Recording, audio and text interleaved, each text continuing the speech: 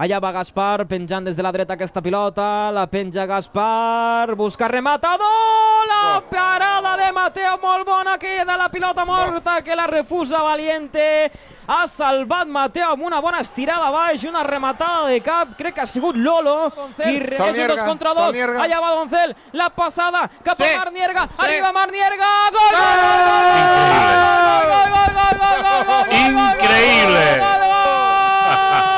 Com el dia de l'Ebro. Lleida Esportiu, Marc Nierga, el davanter del conjunt de la terra ferma, l'ha trobat al segon pal.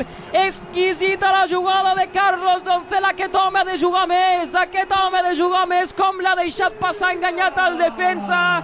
S'ha plantat a gairebé dins de l'àrea, la passada fenomenal, calculada al peu de Carlos Doncel.